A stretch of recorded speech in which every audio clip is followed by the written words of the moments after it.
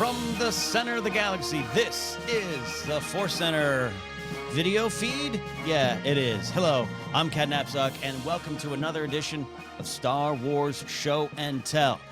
The ForceCenter crew and special guests like today share their items from their personal Star Wars collection. Funny things, weird things, things that mean a lot and pull on our collectors' heartstrings and our Star Wars fandom. And it's Joseph Scrimshaw, Jennifer Landa, not here today, just me, but I couldn't do it alone. I do that myself. I just stare at my Star Wars toys and go, oh, I like that a lot. I think I'll talk about that. But we got special guests today. Please welcome from Star Wars Explained, and a lot of you may have seen their exploits in the movie Trivia Schmodown Star Wars Division, the recent tournament, and one of them's the champion. Please welcome Alex and Molly Damon. Star Wars Explained is here. Welcome, friends. How are you doing today?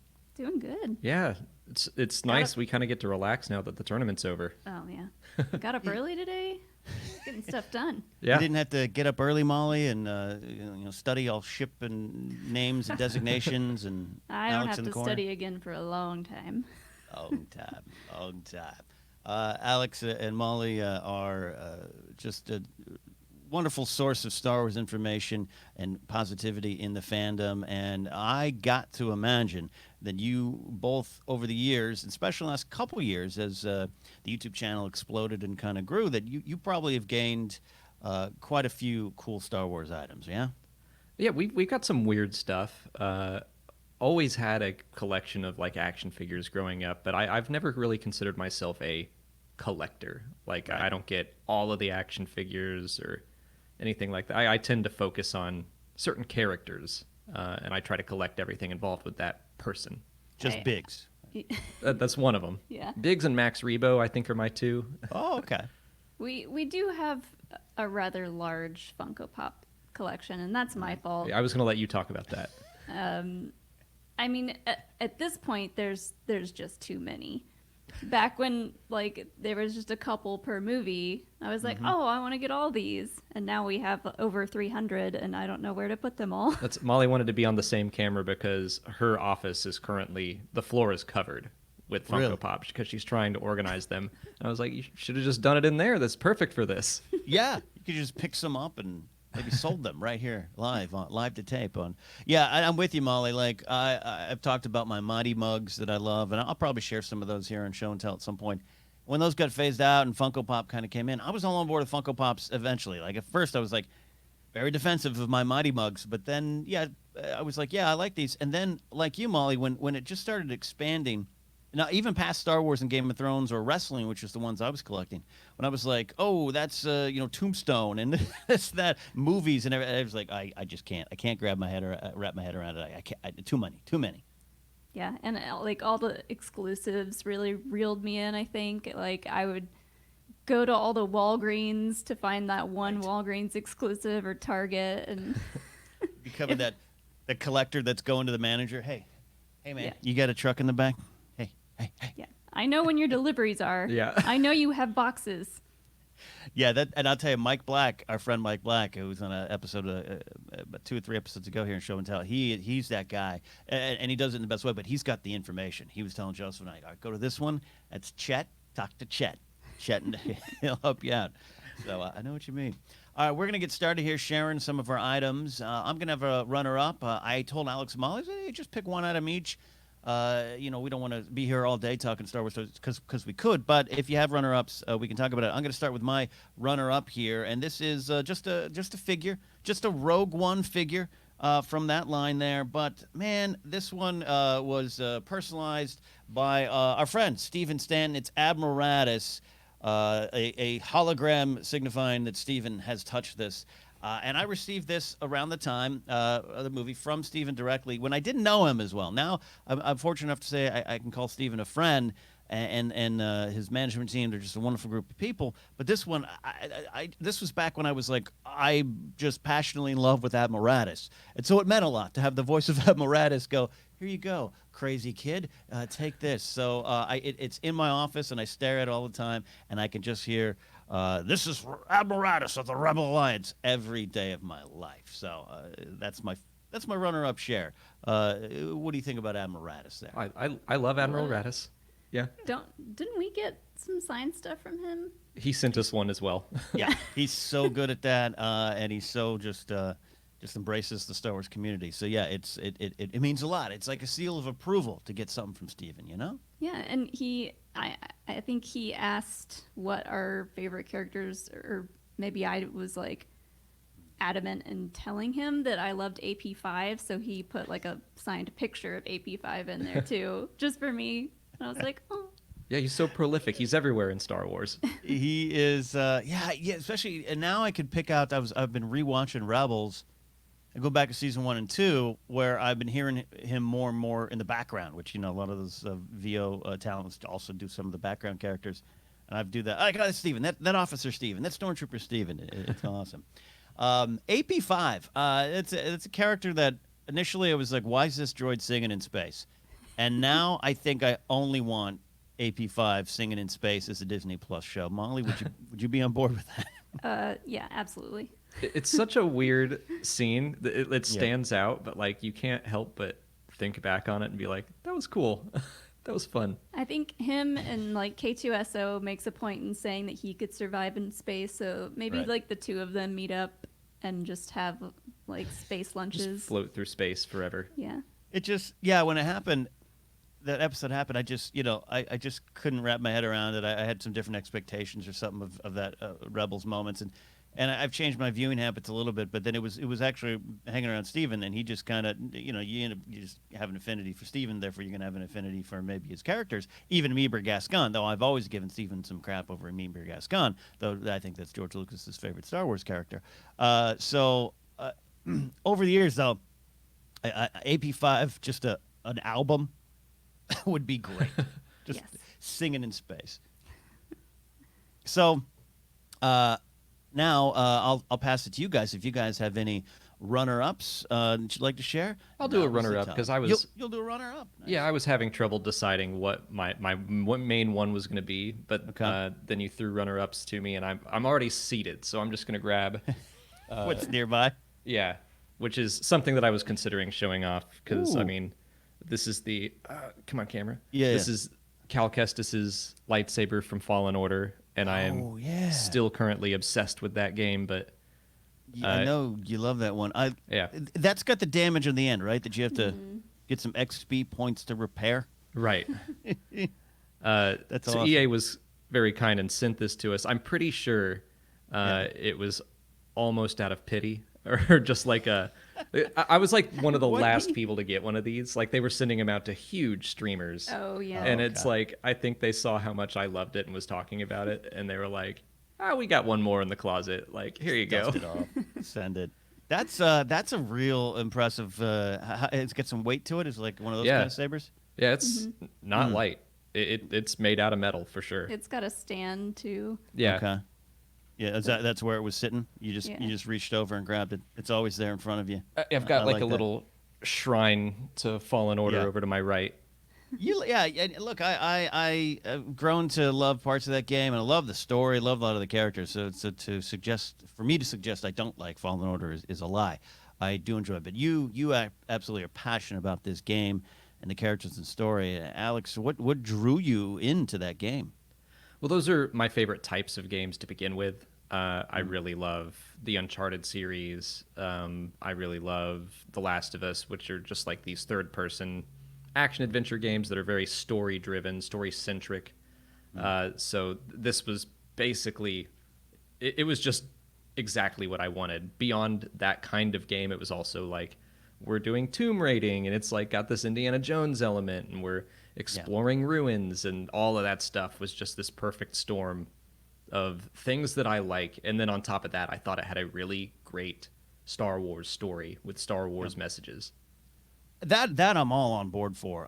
Even though Cal I don't connect with as much, but then in the end I do. And the Inquisitor storyline, all that stuff's great. And I've tried to, almost because I love and respect you so much, Alex, as a Star Wars gamer, I was like, let me go back, not even story, go back to the story of that game.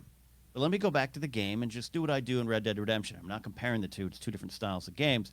But let me just explore, hang around. So I brought it back up the other day. I loaded it back up. And I forgot that I had done that before. And I'm stuck on Ilum. I can't get out of Ilum. Because I had gone back to see there's that Easter egg of what's going on Ilum, right? And kind of Right. progressive. And I just kind of put down my controller, and I was like, today's not the day. I can't get out of Ilum. I might have to call Alex for help, so I don't know. Like, are there enemies that are No. keeping you trapped there, or are you just stuck in the terrain? I'm just stuck in the terrain. I'm deep inside the caves, and I kind of remember how I got there, and I'm sliding on things, and I'm just going around in circles. I feel like Sam and Frodo just stuck, outside of Mordor. They can't get to the Black Gate on their own. I'm like, I've seen that rock before. Oh, Yeah. that's a new way. Nope, I just went that way. I'll get there. But hopefully before Squadrons comes out. All right, we're gonna go on to my main share for the day, and then we'll. Time out. Molly, do you have one? I don't want to. I don't have a runner-up. Yeah, so. I pulled you out of your Funko Pop office. If you're in the office, you could have just literally had 59 runner up. All right, so we'll get to my main share here. This one, I recently rediscovered it in this big storage thing, this big storage discovery. I had cleared out some bins from a friend's house that I had there for years and forgot what was in there. And this is in its pretty good shape, I'll say, for being from July 1999 is dated. Cinefex number 78. This is the Phantom Menace Cinefex. This was something that we were, we were excited. This is the movie had already been out, and this was in keeping with Star Wars tradition. Just the big share of all the things that went on, the makings of, the behind-the-scenes stuff, which are so just part of why we love Star Wars and why we're there. And let me do the camera thing myself. And this is the one too where even in this hey, everything's CGI, and I'm not sure we like that. And you got Jar Jar in the front there, the groundbreaking Jar Jar Binks. This, you look through it, there's just practical stuff after practical stuff, and now that's kind of known. And of course, this is the now known famous pod race Mos Espa Bunta Eve classic practical thing, and that was one of those when you got this magazine, you were like, whoa, I thought that was all done on a computer. Yeah. So this has remained in my collection, and I now really love that cover. There was a point in time where I might have thought that cover was, I don't know, slightly embarrassing, right? But now I fully embrace Ahmed Best more than anything, and Jar Jar Binks. And what a bold cover.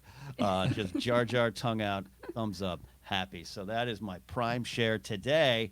I know a little more gray in my beards than you guys over there. But do you remember this magazine at all during that time?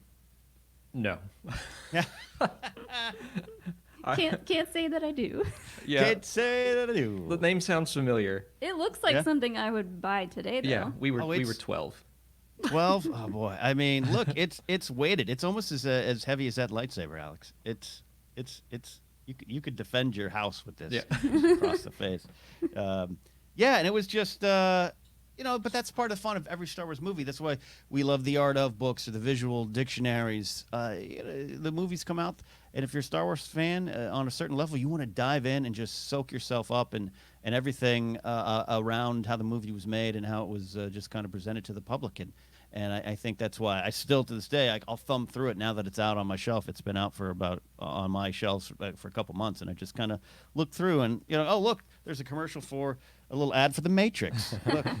Perfect. Definitely, this is like a time capsule for pop culture. So that's my number one share. Before we move on Yeah. from Ahmed Best, have you been watching Jedi Temple Challenge? Oh, God, I love Jedi Temple Challenge. Me too. It's so good. That's great discussions point here, because Joseph and I have been kind of, not breaking it down, but just diving into the episodes a few minutes on our shows on Tuesday and finding the themes. There's those big Star Wars themes and lessons. At the end of the day, this is a silly, fun, classic style kind of romp of a game show. I grew up watching Double Dare like a lot of people, and Finders Keepers was one I remember, a little bit from my generation, but though Double Dare obviously stretched over several generations. So I got to ask you guys, it seems like you both love it.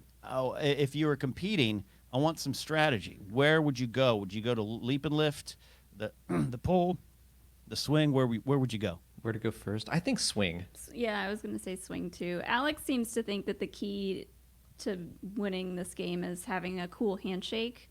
Oh yeah, every time a group of kids at the beginning, they'll have like an Yeah. awesome handshake. I'm like, you're the ones. You're going all the way. I don't think that's worked out for me. Like we always choose our team at the start to root Yeah. for. Oh God, yeah. I haven't seen this past week's at the time of this recording. When it airs, I will have seen it. Usually, I've been watching it like Wednesday morning when it comes out. So I know there's some dark side shenanigans. Would you? You know, it's not real. It's not a real turn to the dark side. It's game strategy, but it says a lot about you. Would you race in and hit that dark side button if you need it? I don't know. I'm absolutely not. It seems No? like that it really helped the last team that did it. So that's Quicker, easier, more seductive. That's Yeah.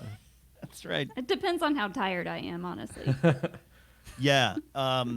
Yeah. I guess if you don't know what's coming on the other side of it, having Whitworth scream in your ear, you might press a lot of buttons just to like get out of here. I gotta move on, and then I'll deal with the consequences. But that's the lesson. That's the slide to the dark side. So I might do it's- it on purpose just to hear Whitwer's voice. oh, there you go. It depends on what he's yelling. If he's yelling about how he beat me in Star Wars trivia, then maybe I'd be like, "Shut up!" and I'd just hit the button. That would Yeah. be what he'd do.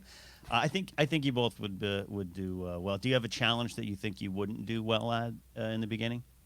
A weak spot? Because I'd be flailing at leap and lift. I mean, Even the, with a trampoline, I can't get air. the thing that you have to pull yourself across that The weighted platform backpacks? is a little bit small. I think the two of us trying to.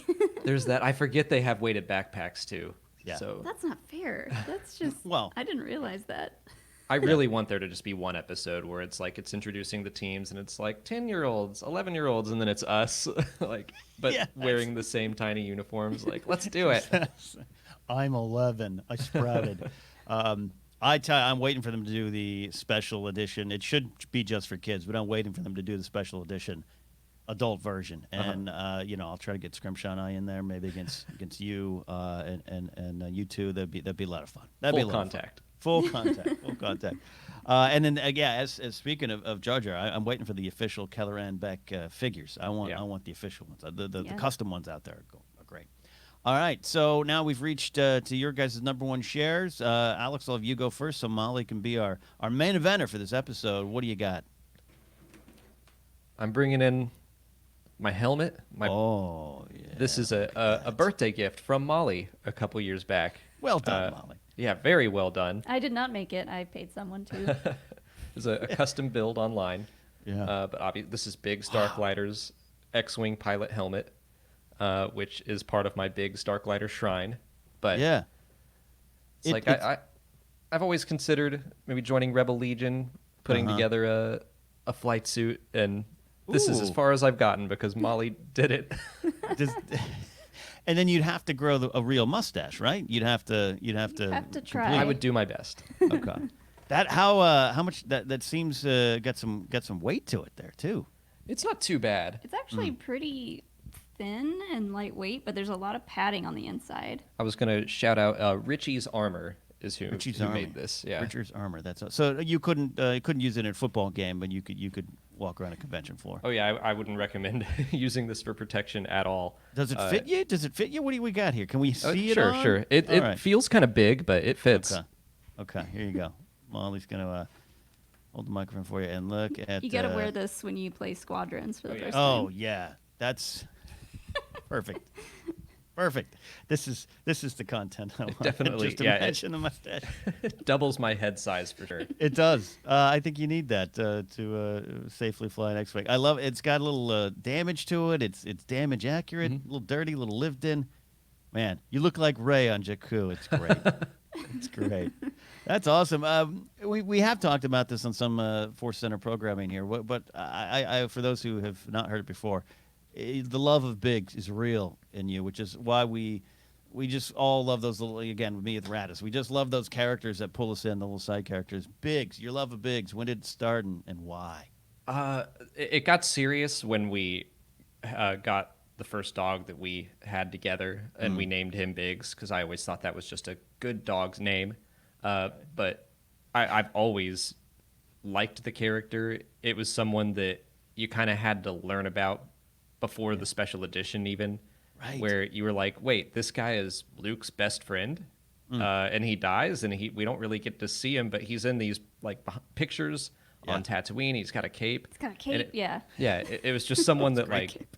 I started to be intrigued by, and Right. like this was before I knew what deleted scenes were, and why would they film this and then cut it out? So that he was just kind of like one of my entry points into Star Wars trivia and behind the scenes stuff. Yeah, I'm telling you, that's why the power of this magazine. You start learning. I was a kid, 7 or 8, 9, looking at a book at my school library. That's that guy? That's that guy Biggs. And like Molly said, he's got a cape. Like, yeah, it opens up to an entire world of storytelling. Yeah. But you prefer that deleted scenes stay deleted? Oh yeah, like I know why it was deleted.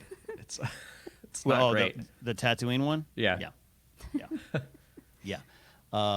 Yeah, but special editions, I was excited, and I know they've altered it a little bit with Garvin Dave Drace not really saying "I flew with your father," as originally we saw in the theater in '97. But yeah, getting a little more Biggs was a great thing. Great thing. Love it. All right, well, please keep the helmet on because it's awesome. I was going to, but by the way, I can't really hear you very well. So if I start to shout, let me know.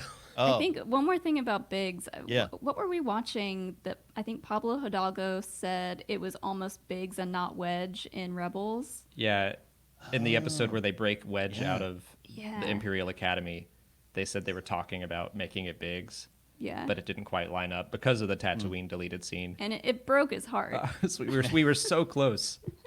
This get close that. to greatness. Hey, and instead you got Biggs and Porkins taking a weird space vacation in a comic. You know? You know what? I still love it. I'll take it. Love. Star Wars is sometimes best when it's weird and wacky. I hear tell, so we'll accept that. Molly, it's your turn now here from the Queen of Funko Pops to now. What do you got? What are you going to share with us? So my item is an actual Graflex Oh, yeah. flash gun handle. So this is what they used to make the Anakin, Luke, Rey, Yeah, whoever's the hero's blade. lightsaber. The it's not fully kitted out. Like you can buy a kit to give it all the bells and whistles that it has in the movie. I just like haphazardly put these black rubber pieces on the bottom because we needed to make it look as close as the real thing as possible for a video that we were doing. But I got this was a long time ago, but I worked at a place that bought and resold old camera equipment. Yeah. And I was doing quality control in a shipment that we got, and I saw this, and like it doesn't work. Right. Because I would like, you can still find these that work, but this one did not work. So they were like, we're gonna sell it on eBay. Wow. And I was like, okay, but you could do that, or you could let me keep it because do you know what this is? And my boss at the time was like, oh yeah, that's that Star Wars thing. Well, yeah, go ahead, take it. That Star Wars thing is about right. Yeah. Yeah, so they let me keep this and take it home. So you've had that for a bit then, yeah. Yeah. That's great. That's great. Do you have a particular affinity for Luke's lightsaber or the hero's blade lightsaber over other ones? Is that your favorite design? I always appreciated the fact that they used an actual piece of equipment to model the lightsaber after, because it does look kind of funky, you know. It's got these clamps here, and there's always a debate on which button turns it on, and where the button is. But yeah, I don't know. And it's simple and elegant. Yes. From a different time, a civilized age. Not as I try to remember. I missed that question early on one time in a Schmodown. It's not as random as I think. Random is the word I missed. Yeah, Woo, I'll never forget that. Then that is great. You guys got some great stuff. I love the big items. I eventually am going to bring Wicked in here, I'll have to slide them up from the garage. But I love the little things. Love the magazines, but those big items that just kind of make you, just kind of pull you in, make you feel like you're part of the Star Wars story, or that at least you could try to be part of it. Flying an X-wing might be a little outside of my skill set, but I love those big items. So thank you for bringing them today to Star Wars Show and Tell. You're very welcome. This was one of the first things that we started our collection with. Now we have a ton of lightsabers and just random stuff, but I think that kind of started it for me. Yeah, that one item that kicked it off. Awesome. All right, we're almost out of here, but before we do that, we've got to thank Alex and Molly for coming in here. Star Wars Explained, I'm pretty sure most of you know where to find them, but just in case, there's like 2 people out there who are like, who are these wonderful, sweet Star Wars fans? Where can they find you guys? Our YouTube channel is just Star Wars Explained. Yep. It's pretty much that everywhere. Twitter, Instagram, Facebook. Although Facebook's a nightmare. Don't go on it. Yeah, right. Yeah, absolutely. Yeah, follow them. Watch their videos. I love, after completing a novel, one of the first things I do is run to your guys' channel and watch those Easter egg videos, because there's always some random reference that I didn't catch while reading the novel, and I go, oh, I'm going to pretend that I knew that in conversations going forward. So thank you both. You're awesome folks, and we appreciate you coming in here to ForceCenter. For us, you know where to find us. You can go follow our Facebook page if you like, or on Twitter at ForceCenter Pod. Use the hashtag Show and Tell and share us your own Star Wars item that you love or means so much to you. Don't forget, you can also subscribe and like and do all those things here on YouTube. We got a new In Memoriam coming next week, and if you missed the other ones, go check out those In Memoriams. Season, I guess we're calling this season 2's wrapping up, and we're going to come back with more shortly with Kevin Smets, who edits and puts those together. So we appreciate you guys all hanging around. It's Star Wars Show and Tell here on ForceCenter.